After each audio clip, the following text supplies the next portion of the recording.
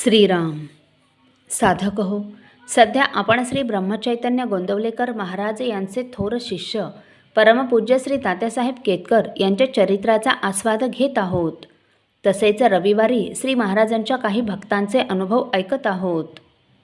परमपूज्य श्री तात्यासाहेब केतकर यांच्या चरित्राचे संकलक तीर्थस्वरूप वा रा अंतरकर हे तीर्थस्वरूप श्री दत्तात्रय महादेव काशीकर यांनी सांगितलेली परमपूज्य श्री तात्यासाहेबांची आठवण सांगतात.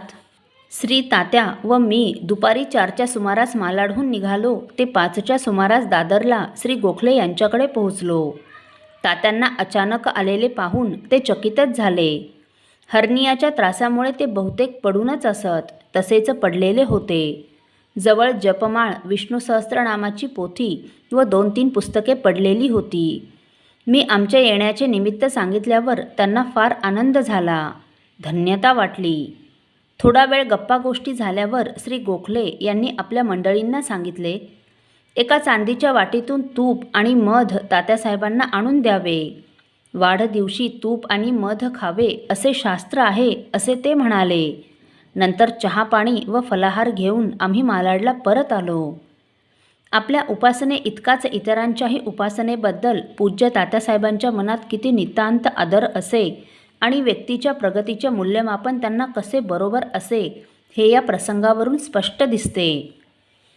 असो, देवरुख येथे राहणारे श्री राजवाडे नावाचे एक गृहस्थ सधन व्यापारी होते. ते तात्यांच्या नात्यातले होते.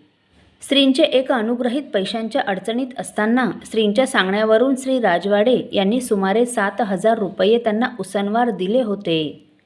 पुढे त्या गृहस्थांकडून ते पैसे परत केले गेले नाहीत. तात्यासाहेबांना हे बरे वाटले नाही व श्री महाराजांच्या शब्दाला कमीपणा येतो म्हणून आपण काही निवडक मंडळींच्या मदतीने हे पैसे उभे करून श्री राजवाडे यांना द्यावे असे त्यांच्या मनात आले. त्याप्रमाणे इसवी सन 1934मध्ये मालाडमध्ये 1-2 व्यक्तींजवळ तीही गोष्ट बोलले. त्याच सुमारास त्यांची पुण्यास बदली झाली. पुढे इसवी सन 1937मध्ये त्यांची परत बदली होऊन ते पुन्हा मालाडला आले. दरम्यान मालाड, पार्ले, दादर वगैरे ठिकाणच्या मंडळींनी मिळून ही रक्कम उभी केली होती. ती श्रींना सादर करण्यात आली आणि योग्य मार्गाने श्री राजवाडे यांच्याकडे पोहोचती करण्यात आली. सारांश, श्रींच्या शब्दाला श्री तात्यासाहेब किती महत्त्व देत हे यावरून स्पष्ट होते. दुसरे, थोड्या कालावधीने का होईना पण एकट्यानेही तेही रक्कम परत करू शकले असते. पण तसे न करता आलेल्या सेवेच्या संधीचा फायदा त्यांनी सर्वांना करून दिला. लोकसंग्रह म्हणजे तरी याहून निराळे ते काय.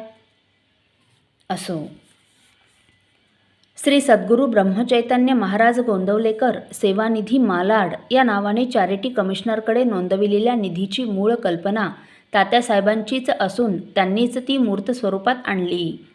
त्यांना नेहमी असे वाटे की श्री गोंदवले येथे लागणाऱ्या दैनंदिन खर्चाची व्यवस्था संस्थानला वेळोवेळी मिळणाऱ्या देणग्यातून होऊ शकेल. परंतु जुन्या झालेल्या इमारतींची दुरुस्ती, जरूर तेथे नवीनही बांधणे, श्री महाराजांनी वापरलेल्या वस्तू सुस्थितीत राखणे, तसेच पंगू, निराश्रित, वृद्ध वगैरेंना आश्रय देणे या सर्व गोष्टींसाठी लागणारा पैसा आयत्यावेळी कोठून व कसा पैदा करणार.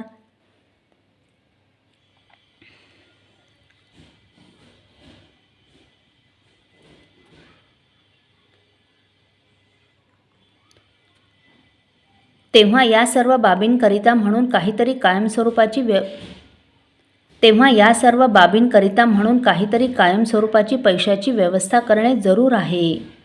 त्याप्रमाणे तारीख 7 एप्रिल 1949 श्री रामनवमीच्या दिवशी कृष्णबागेत जन्मोत्सवानिमित्त पुष्कळ लोक जमले असता काही निवडक मंडळींना एकत्र घेऊन वरीलप्रमाणे विचार त्यांच्यासमोर मांडून अशा नैमित्तिक खर्चाची सोय होण्याकरिता काहीतरी कायमस्वरूपाची पैशाची योजना करणे जरूर वाटते असे म्हणाले. सर्वांना कल्पना पसंत पडून कायम निधी स्थापन करण्याचे ठरले व लगेच नियमावली व कच्च्या स्वरूपात घटना तयार झाली. त्यावर ट्रस्टी म्हणून 10 जणांच्या सह्या झाल्या. त्यात तात्यासाहेब, गणपतराव दामले, जगन्नाथपंत आठवले, ॲडव्होकेट PV जोशी, प्राध्यापक KV बेलसरे वगैरेंचा समावेश होता. नंतर निधीकरता देणग्यांचे आकडे घेण्याचे काम सुरू झाले. हे बरेचसे श्री रामदास तांबे यांनी केले व प्रत्यक्ष निधी गोळा करण्याचे काम बऱ्याच प्रमाणात श्री D.R. जोशी यांनी केले. 4-5 वर्षांनी बरीचशी रक्कम जमा झाली. तेव्हा घटना पक्क्या स्वरूपात तयार करून चॅरिटी कमिशनरकडे नोंदणी करण्यात आली. ही घटना नागपूरचे ॲडव्होकेट रामभाऊ मनोहर यांनी तयार केली. शिवाय श्री चौबळ व P.V. जोशी यांनीही त्यात लक्ष घातले होते. सुरुवातीला काही लोकांचा असा कायम निधी करण्याला विरोध होता. कोणीतरी एकाने आपणास हे पसंत नसल्याचे श्री महाराजांना सांगून त्यांना पुष्ट्यर्थ म्हटले. महाराज, अर्थ म्हणजे अनर्थ आहे. पैसा हा भावाभावात भांडणे लावतो. तसेच त्याच्यावरून देशादेशात लढाया होतात. तेव्हा कायम स्वरूपात पैशाचा संचय करणे हिताचे नाही. त्यावर महाराज म्हणाले, तुमचे म्हणणे मला पटते, पण मुलामुलात भांडणे होतील. म्हणून ज्याने पैसा मुलांकरता शिल्लक न टाकता तो धर्म करून टाकला असा कोणता बाप आहे? तुम्ही म्हणता तसे ज्याने व्यवहारात स्वतः करून दाखविले त्यालाच तुम्ही म्हणता तसे परमार्थात म्हणायचा अधिकार पोहोचतो. व्यवहारात नियम एक आणि परमार्थात दुसरा असे कसे चालेल? अशी ही सेवानिधीची थोडक्यात हकीकत आहे. हा सेवानिधी हे पूज्य तात्यासाहेबांचे अव्याहत टिकणारे असे स्मारकच आहे असे नाही का म्हणता येणार? असो. साधक हो, परमपूज्य श्री तात्यासाहेबांच्या सांगण्यावरून तीर्थस्वरूप श्री दत्तात्रय काशीकर यांनी तीर्थस्वरूप श्री अण्णासाहेब गाडगीळ यांना संस्थेत पंचाची एक जागा रिकामी आहे, ती पत्करावी असे पुष्कळांना वाटते, तरी याबाबतीत तुमचे काय म्हणणे आहे असे विचारले. त्यावर त्यांनी काय उत्तर दिले हे आपण पुढील भागात बघणार आहोत. श्रीराम समर्थ.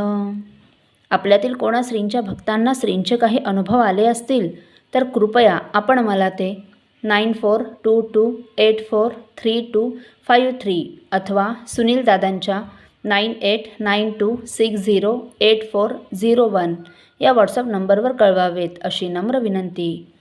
श्रीराम समर्थ.